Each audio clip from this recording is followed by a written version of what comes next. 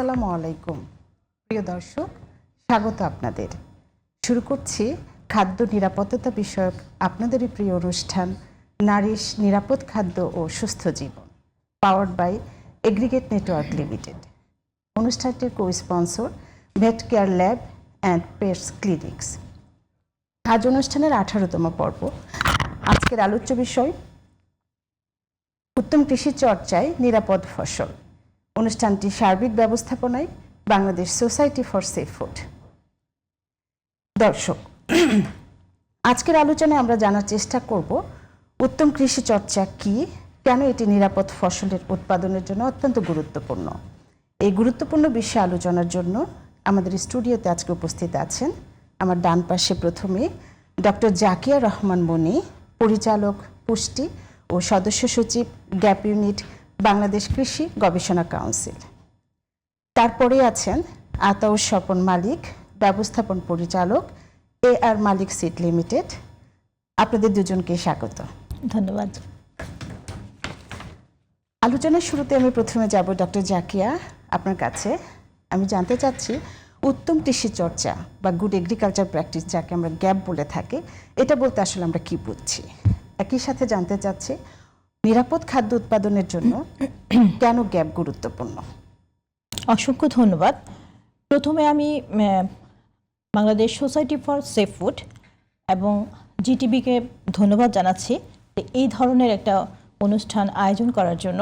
পাশাপাশি আমি ধন্যবাদ জানাচ্ছি যে স্পন্সর অর্গানাইজেশন তাদেরকেও, যে এই সচেতনতামূলক প্রোগ্রামটা আমাদের বাস্তবায়নের জন্য। প্রথমে আসি উত্তম কৃষি চর্চা বা গ্যাপ কি। যদি আমি এক কথায় বলতে যাই, উত্তম কৃষি চর্চা একটা হচ্ছে প্রাথমিক উৎপাদনের, আমরা যেটাকে বলি প্রাইমারি প্রোডাকশন কৃষির ক্ষেত্রে, সেটার বিজ্ঞান ভিত্তিক একটা মানদণ্ড, এবং যে মানদণ্ডটা অনুসরণ করলে আমাদের নিরাপদ, পুষ্টি সমৃদ্ধ, স্বাস্থ্যসম্মত খাদ্য উৎপাদনের পাশাপাশি আমাদের যে পরিবেশ সুরক্ষা এবং আমাদের যে সবচেয়ে বড় যে বিষয় কর্মীর স্বাস্থ্য সুরক্ষা এবং আমাদের যে সাস্টেনেবল এগ্রিকালচার বা টেকসই কৃষি, এই সবগুলোকে অ্যাড্রেস করে যে উৎপাদন ব্যবস্থা, সেটাই আসলে উত্তম কৃষি চর্চা বা গুড এগ্রিকালচার প্র্যাকটিস। আর আরেকটা প্রশ্ন আমার কাছে রেখেছেন, যেটা হচ্ছে বর্তমানে যে নিরাপদ খাদ্য, এর গুরুত্ব কেন বাড়ছে। আপনারা যদি একটু দেখেন যে বিভিন্ন গবেষণায় আসতেছে, প্লাস আমাদের সাম্প্রতিক সময়ে যে আমাদের অসংক্রামক যে ব্যাধি, non communicable disease, pressure, diabetes, kidney disease এবং সবচেয়ে মরণঘাতী যে ব্যাধিটা যেটা ক্যান্সার, এই ক্যান্সারটা সব কিছুই কিন্তু খাদ্যের সাথে জড়িত। আমার খাদ্যে ভেজালের কারণেই কিন্তু এইগুলো উদ্বেগজনক হারে বাড়ছে। এবং আমাদের সর্বশেষ 2021 সালে যে ক্যান্সার হসপিটালের যে গবেষণা, সেই গবেষণা থেকে আমরা দেখি যে আমাদের 100 জন যে ক্যান্সার রোগী, তার মধ্যে 64 জনই হচ্ছে আমাদের কৃষির সাথে জড়িত অথবা কৃষিকাজ করছেন। এই তথ্যটা আমাদেরকে আসলে ব্যথিত করে যে আমাদের কৃষির সাথে যারা এত নীরবে কাজ করে যাচ্ছেন, তারা যদি ক্যান্সার পেশেন্ট হন, এটা আমাদের কৃষি মন্ত্রণালয় থেকে শুরু করে স্বাস্থ্য মন্ত্রণালয় সবার কাছে এখন একটা অ্যালার্মিং ইস্যু হিসেবে কাজ করছে। উত্তম কৃষি চর্চা এই জায়গাটাকেই টাচ করে, শ্রমিকের স্বাস্থ্য নিরাপত্তা থেকে শুরু করে তার পারিবারিক, ব্যক্তিগত এবং তার যে স্বাস্থ্যবিধি, এই সব কিছুকেই অ্যাড্রেস করে। সো এই নিরাপদ খাদ্য নিশ্চিত করতে উত্তম কৃষি চর্চার আসলে বিকল্প হতে পারে না। জি, থ্যাংক ইউ। তার মানে আমাদের যে কনভেনশনাল এগ্রিকালচার আছে, তার থেকে যেটা ডিফার করে যে এখানে যারা কর্মী থাকে বা কৃষক এবং যারা আছে তাদের স্বাস্থ্যটাকে আমরা এখানে, হ্যাঁ, ডেফিনেটলি, এবং এটার জন্য আলাদা একটা মডিউলই তৈরি করা হয়েছে যে তার স্বাস্থ্যবিধি এবং স্বাস্থ্যের উপর তার অনেক যত্ন নিতে হবে। পাশাপাশি যারা মালিক থাকবেন তার স্বাস্থ্য পরীক্ষাটাও করতে হবে। জি, থ্যাংক ইউ। আতাউর স্বপন মালিক, আমি আপনার কাছে আসতে চাচ্ছি। আপনি তো উত্তম কৃষি চর্চা অনুসরণ করে নিরাপদ ফসল উৎপাদন করছেন। আপনি কেন এই সিদ্ধান্তটা নিয়েছিলেন, একই সাথে যে যাত্রাটা শুরু করেছেন, মানে জানতে চাচ্ছি এই যাত্রায় আপনি কি কি চ্যালেঞ্জের মুখোমুখি হয়েছিলেন। ধন্যবাদ। যে আমরা হচ্ছে এই মানে কি উত্তম কৃষি যে কাল্টিভেশন, এটাতে আমাদের আসার মেইন কারণ হচ্ছে কি, আমরা কিন্তু মেইনলি একটা সবজি বীজ কোম্পানি। আমরা এখানে যে জিনিসটাকে করি, আমরা গবেষণার মাধ্যমে climate resilient, high quality product এবং এর সাথে ডিজিজ রেজিস্ট্যান্স যে জাতগুলো আছে খুবই উত্তম টাইপের হচ্ছে ক্রপকে আমরা হচ্ছে চাষিদের হাতে তুলে দিচ্ছি। কিন্তু সবচেয়ে বড় জিনিস সেটা চাষিরা যখন করে, এটা যখন বাজারে আসে তখন কিন্তু এর সব মিক্সড হয়ে যায় এবং এটা কিন্তু আইডেন্টিফিকেশনস করাটা খুব ডিফিকাল্ট হয়ে দাঁড়ায়। এবং আমরা যেটা দেখেছি যখন হচ্ছে এই বীজ যখন বিক্রি করতে যায় তখন আরেকটা জিনিস দেখি যে তারা আমাদের গুড কোয়ালিটির প্রোডাক্টটাও কিনছে, কিন্তু সেটা তো প্রপারলি আমাদের ভোক্তাদের কাছেও যাচ্ছে না, প্লাস যে জিনিসটা আছে তারা একটা ভালো দামও হচ্ছে পায় না। তখন আমরা একটা সিদ্ধান্ত নিই যে ওকে, নো প্রবলেম, এটাকে কি করে আমরা এই আমাদেরই যেটা মানে কি রিসার্চের যে প্রোডাক্টগুলো বা যে জাতগুলো আমরা উদ্ভাবন করছি ওটাকে কি করে আমরা আমাদের ভোক্তাদের কাছে নিয়ে যেতে পারি। তো ওইটার সাথে চিন্তা ভাবনা করে তখন আমরা 6 বছর আগে চিন্তা করি যে আসলে আমরা কিভাবে এটাকে করতে পারি। তখন আমাদের প্রথম যে ব্যাপারটা দেখি, আমাদের ম্যাক্সিমাম চাষি যারা আছে তারা ইন্ডিভিজুয়াল ফার্মার, এবং এই ইন্ডিভিজুয়াল ফার্মারদের সাথে যদি করা হয় তখন কিন্তু আপনি এই টোটাল কাজটা করতে পারবেন না। তো আমরা হচ্ছে গাইবান্ধাতে 3টা উপজেলা, তার মধ্যে হচ্ছে সাদুল্লাপুর, পলাশবাড়ি এবং গাইবান্ধা, আর এদিকে বগুড়া হচ্ছে শিবগঞ্জ। এখানে আমরা এই প্রায় 6 বছরে 172টা হচ্ছে আমরা গ্রুপ তৈরি করি। এক একটা গ্রুপে হচ্ছে 30 জন করে মেম্বার আছে এবং ওদের মাধ্যমে হচ্ছে আমরা মানে কি এখন হচ্ছে এই উত্তম কৃষিটাকে আমরা মানে কি ওইভাবে আবাদ করছি এবং আমরা একটা প্রসেসিং সেন্টার এস্টাবলিশ করছি। আশা করি যে আমরা আগামী নভেম্বর বা ডিসেম্বরে এটা আমরা আমাদের এই মার্কেটে, বাংলাদেশের মার্কেটে আমরা নিয়ে আসবো উইথ ব্র্যান্ডিং। এবং সবচেয়ে বড় কথা চ্যালেঞ্জ হচ্ছে এটা বলে বোঝানো যাবে না, কারণ ফার্মাররা যেহেতু সবাই ইন্ডিভিজুয়াল ফার্মার, এটাকে কি করে হচ্ছে গ্রুপে কাজ করলে পরে কিভাবে তারা বেনিফিটেড হবে, ওখানে ধরেন অনেকগুলো ব্যাপার ছিল, পানি পরীক্ষা, সয়েল টেস্ট, এই যে ব্যাপারগুলো, এই সব কিছু হচ্ছে একটা বিশাল বড় একটা সময় নিয়েছে। এটা বলতে গেলে অনেক সময় লাগবে, বাট আমি শুধু এটুকু বলি, it was a very big challenge, but now আমাদের এটা সাকসেসফুল আমরা পেয়েছি। আমরা আপনার কাছে আবারও আসবো। জাকি আপা, আপনার কাছে জানতে চাচ্ছি বাংলাদেশের গ্যাপ বাস্তবায়নে যে বর্তমান অবস্থানটা কি আর এর প্রধান চ্যালেঞ্জগুলো কি? ধন্যবাদ আবারও।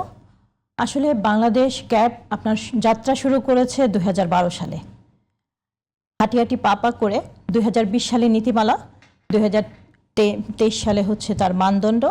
এবং বাংলাদেশ আপনারা জানেন যে গ্যাপের আসলে 2টা পার্ট, একটা হচ্ছে তার স্ট্যান্ডার্ড বা কমপ্লায়েন্স পার্ট, আর একটা হচ্ছে ফিল্ড লেভেল অ্যাপ্লিকেশন।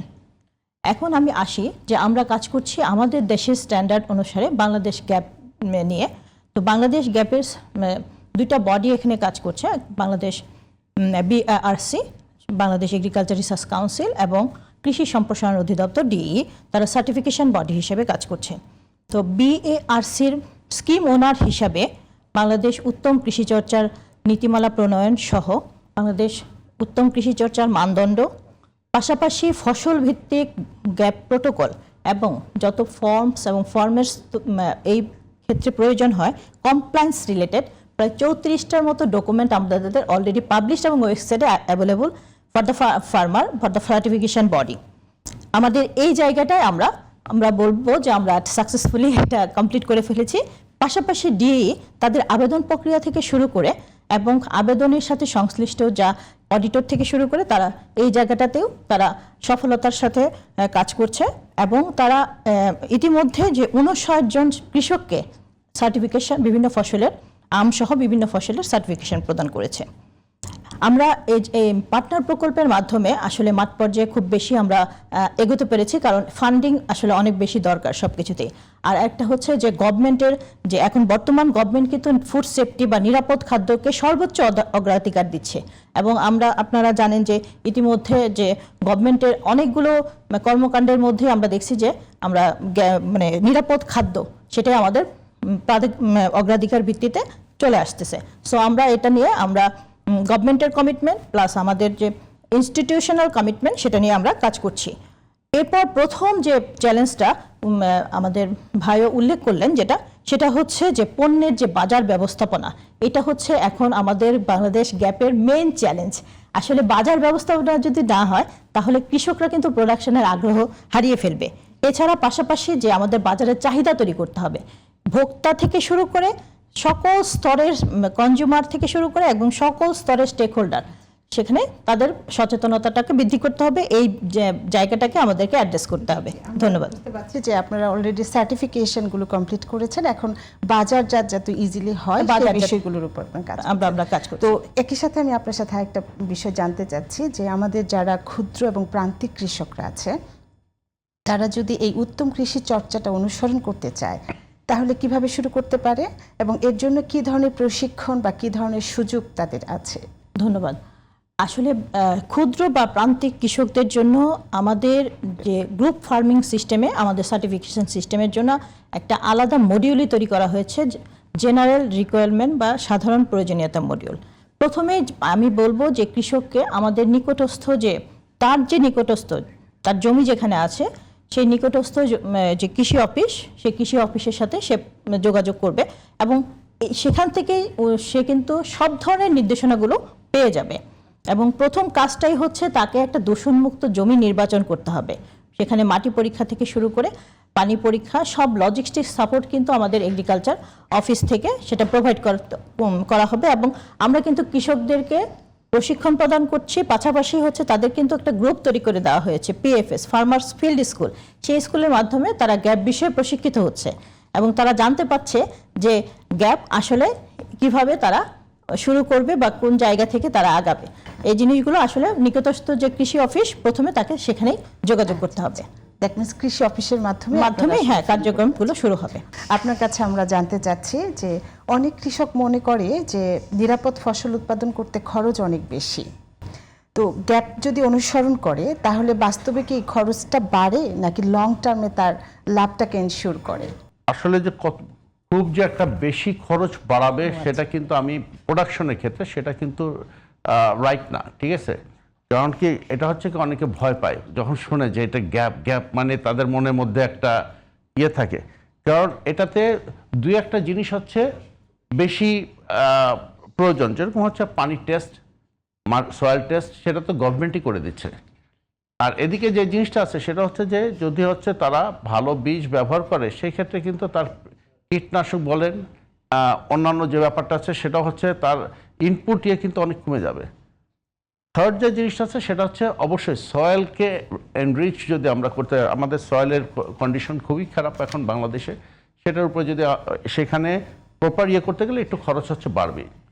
দেখেন সবচেয়ে বড় যে ব্যাপারটা হলো সেটা হচ্ছে ইয়েতে না, মানে কি প্রোডাকশনে না, সবচেয়ে বড় খরচ বা সবচেয়ে বড় যেটা চ্যালেঞ্জ সেটা হচ্ছে পোস্ট হারভেস্টিং থেকে শুরু করে এটা ভোক্তা পর্যায় পর্যন্ত পৌঁছানো। এখানে এটা যদি করতে হয় তাহলে কিন্তু আমাদের যে জিনিসটা লাগবে এটা হচ্ছে কোল্ড চেইন ডেভেলপ করতে হবে। আদারওয়াইজ আমি যতই এখানে প্রপারলি আমি গ্যাপ প্রোডাকশন করি, সব কিছু করি, ঠিক আছে, দ্যাট ইজ মানে কি একটা ইস্যু। কিন্তু আমি বলবো যে টোটাল আমরা সেফ ফুড যদি ডিস্ট্রিবিউশন করতে চাই বা ভোক্তা পর্যায় পর্যন্ত নিতে চাই, 30%, 25 to 30% হচ্ছে আমার ফার্মার্স এখানে যে এক্সপেন্ডিচার যেটা ইয়ে করতে পারে, কিন্তু বাকি 75% ফ্রম পোস্ট হারভেস্ট টিল ভোক্তা পর্যন্ত cold chain maintain, packaging, testing এবং এই যে ব্যাপারগুলো আছে। সো আমি personally production is not a issue. ও আচ্ছা, আমি তাহলে বুঝতে পারলাম যে আমরা যদি প্রোডাকশন করতে চাই তাহলে ফার্মারদের এখানে খরচের তেমন একটা ইস্যু থাকছে না, কিন্তু পোস্ট হারভেস্ট ম্যানেজমেন্ট এবং মার্কেট পর্যন্ত যেখানে যেতে চাচ্ছি সেখানেই মেইন ইস্যুটা এসে দাঁড়াচ্ছে। ওকে, আপনার কাছে আমরা আবার একটু জানতে চাইবো যে আমরা যদি গ্যাপ অনুসরণ করার কারণে আপনার যে উৎপাদন, আপনার ফসলের গুণগত মান এবং বাজারের বিক্রির ক্ষেত্রে কি ধরনের পরিবর্তন এসেছে এবং বাজারে এর গ্রহণযোগ্যতা কেমন দেখছেন? দেখেন আমরা হচ্ছে যে জিনিসটা আছে সেটা হচ্ছে কি আসলে মানুষ হচ্ছে যখন একটা গ্যাপ প্রোডাক্ট বা একটু উন্নত টাইপের প্রোডাক্টই যখন ভ্যালু অ্যাডেড প্রোডাক্ট যাবে তখন you have to come with the branding. Without branding আপনি কিন্তু কখনোই, কারণ সবই তো দেখতে একই রকম, ফার্মার্স উইল মানে কি consumer will not pay until আপনি হচ্ছে একটা ব্র্যান্ডিংকে তৈরি করতে পারেন। তো আমরা যে কাজটা করেছি গত 5 বছর ধরে, ঠিক আছে, আমরা ফার্মার্স, কারণ কি এটা যখন ইয়ে করতে হবে আমাদের ফার্মারদেরকে কিন্তু বোঝাতে হবে তো আমরা হচ্ছে ফার্মার্স ট্রেন আপ করছি। আমাদের কিন্তু 5,000 গ্যাপ ট্রেন্ড ফার্মার আছে, তার মধ্যে আবার 1,000 কিন্তু তারা গ্লোবাল গ্যাপ সার্টিফাইড। আমরা ওই পর্যায় পর্যন্ত নিয়ে গেছি। কিন্তু এখন যে ব্যাপারই হলো সেটা হচ্ছে কি, আমাদের যে জিনিসটা আছে সেটাকে আমরা একটা ব্র্যান্ড, আমরা একটা প্রসেসিং ইউনিট দাঁড় করাচ্ছি। ইনশাল্লাহ আপনার মানে কি ওটা যখন পুরা হয়ে যাবে, আমরা ডেফিনেটলি এটা সম্বন্ধে আমরা আমাদের জনগণ এবং সবাইকে আমরা মানে কি অবহিত করব বা এটার প্রমোশনাল অ্যাক্টিভিটিতে যাব।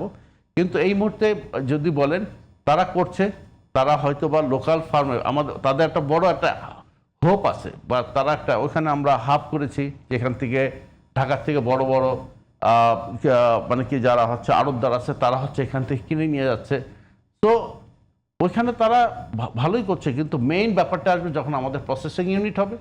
Will be there also knows, তারা কিন্তু একটা আশা নিয়ে 5 বছর আমাদের সাথে কাজ করেছে। ওয়েন দে আর সিং যে না একটা আমাদের ইন্ডাস্ট্রিটা হচ্ছে বা আমাদের প্রসেসিং ইউনিটটা হচ্ছে, দে আর ভেরি ভেরি হোপফুল, এবং তারা আমাদের সাথে স্বতঃস্ফূর্তভাবে হচ্ছে হেল্প করছে।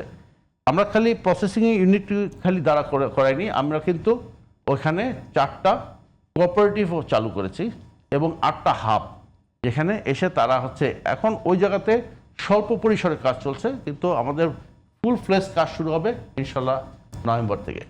আচ্ছা, দ্যাট মিনস আমরা এখনো বাজারে ওইভাবে বলতে পারছি না যে গ্যাপ প্রোডাকশন যে ক্রপগুলো সেটা আমরা অ্যাভেলেবল পাচ্ছি। ওকে, ডক্টর জাকিয়া, আপনার কাছে আমার প্রশ্ন, সাম্প্রতিক সময়ে জনস্বাস্থ্যের উপর বালাইনাশকের ক্ষতিকারক দিকগুলো নিয়ে বেশ আলোচিত হচ্ছে। আপনি কি একটু বলবেন এই বালাইনাশক ব্যবহারের ক্ষেত্রে কৃষকরা সবচেয়ে কি বেশি ভুলগুলো করে এবং গ্যাপ কিভাবে এই সব ভুলকে এড়াতে সাহায্য করে? ধন্যবাদ। বালাইনাশকের ব্যাপারে সবচেয়ে কৃষকের যেটা বড় ভুল আমি বলবো সেটা হচ্ছে যে সঠিক বালাইনাশক চিহ্নিত করতে তারা ব্যর্থ হয়। কোন রোগ বা পোকার ক্ষেত্রে কোন ধরনের বালাইনাশক অ্যাপ্রোপ্রিয়েট সেটা তারা চিহ্নিত করতে পারে না। তাদের যে আপনার একটা ব্যাপার আমরা লক্ষ্য করি যে তারা over depended to the local dealers, মানে তাদের লোকাল ডিলার্স যেটা সাজেস্ট করে তারা সেই ধরনের পেস্টিসাইড এটাকে ইউজ করে। কিন্তু আমাদের আসলে এবং লোকাল ডিলাররা যেটা প্রায়শই ভুল করে যে তারা পেস্টিসাইড, হার্বিসাইড এবং হচ্ছে যে ফাঞ্জিসাইড একসাথে ককটেল তৈরি করে কৃষককে সাজেস্ট করে এবং কৃষক সেটাকে ব্যবহার করে। এই জায়গাটায় আমরা মানে কৃষকের ভুলটা সবচেয়ে বেশি, কারণ কোনো পেস্টিসাইড বা হার্বিসাইড অথবা হচ্ছে যে ফাঞ্জিসাইড যদি আপনি একসাথে মিশিয়ে ককটেল তৈরি করেন তাহলে কিন্তু এটা কোনো কারিগরি ব্যক্তির পরামর্শের প্রয়োজন হবে। গ্যাপে এটা কোনো সুযোগ থাকছে না। গ্যাপ এই জায়গাটায় খুব সুন্দরভাবে সুস্পষ্টভাবে নির্দেশনা দিয়েছে যে সব কিছু লাগবে হচ্ছে অনুমোদিত। আপনার প্রত্যেকটা ফসলের যে রোগ বা পোকা বা বালাইনাশক আপনি যাই ব্যবহার করেন সব অনুমোদিত মাত্রায় ব্যবহার করতে হবে, জুডিশিয়াল অ্যাপ্লিকেশন করতে হবে। আর কৃষকরা আরেকটা ভুল যেটা করে সেটা তারা পিএসআই মেনটেন করে না।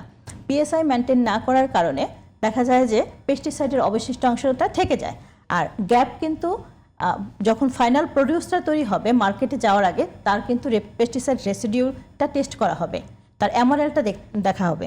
সেই জায়গাটায় আমি বলবো যে যখন এমআরএল টেস্টে রেজাল্ট চলে আসবে তখন কিন্তু আর পেস্টিসাইড রেসিডিউটা আমার কী লেভেলে থাকতেছে সেটা আমরা জানতেছি।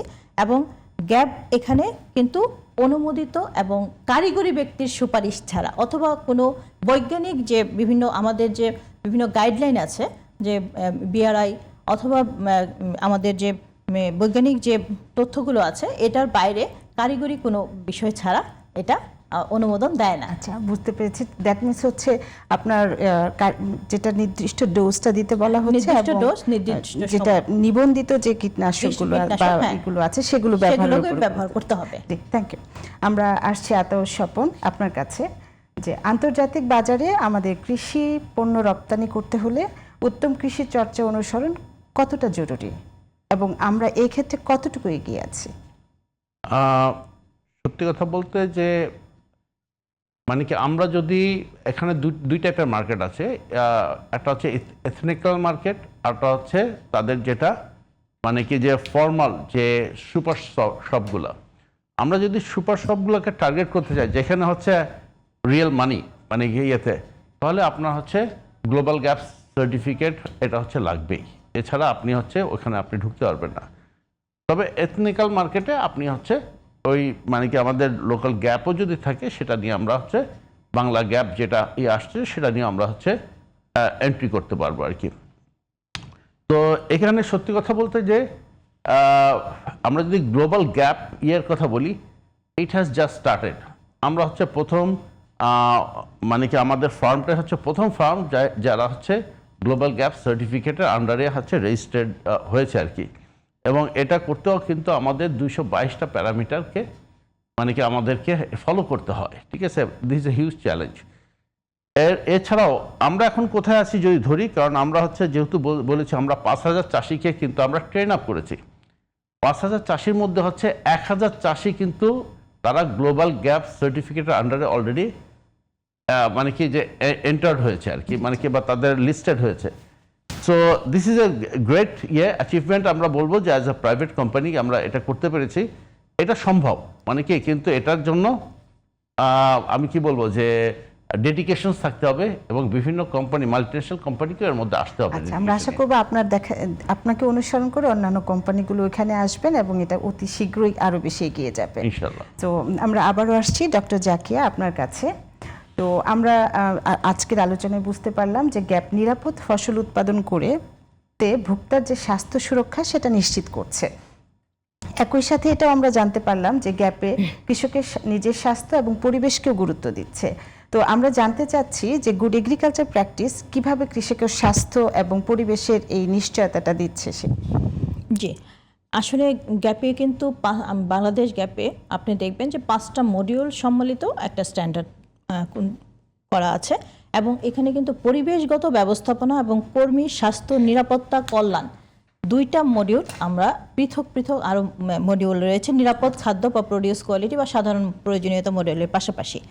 তো পরিবেশগত ব্যবস্থাপনা মডিউলে যখন আপনি আসবেন যে নির্দেশনাগুলো দেওয়া আছে এখানে বায়োডাইভার্সিটি থেকে শুরু থেকে তারপরে হচ্ছে যে আপনার বন্যপ্রাণীর চলাচলের বাধা সেগুলো থেকে শুরু করে আপনার সব কিছুর জুডিশিয়াল অ্যাপ্লিকেশন, আপনি ইচ্ছা করলেই যে আপনি আপনার ইচ্ছা মতো কোনো কিছু দিতে পারবেন গ্যাপ ফলোড কোনো ফার্মে, সেটা জুডিশিয়াল অ্যাপ্লিকেশন এই জায়গাগুলোকে কিন্তু অ্যাড্রেস করে বলা আছে সুনির্দিষ্টভাবে।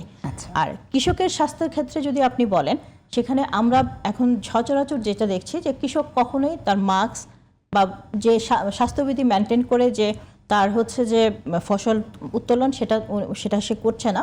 পাশাপাশি সবচেয়ে ভয়ানক যে বিষয়টা সেটা হচ্ছে যে পিপিপি ইউজ করে মানে তার যে প্রোটেকশন মাস্ক গ্লাভস নিরাপদ চশমা এগুলো ইউজ করে অ্যাপ্রন এগুলো ইউজ করে সে পেস্টিসাইডটা স্প্রে করছে না, যেটা তার স্বাস্থ্যের জন্য সবচেয়ে বড় ঝুঁকি।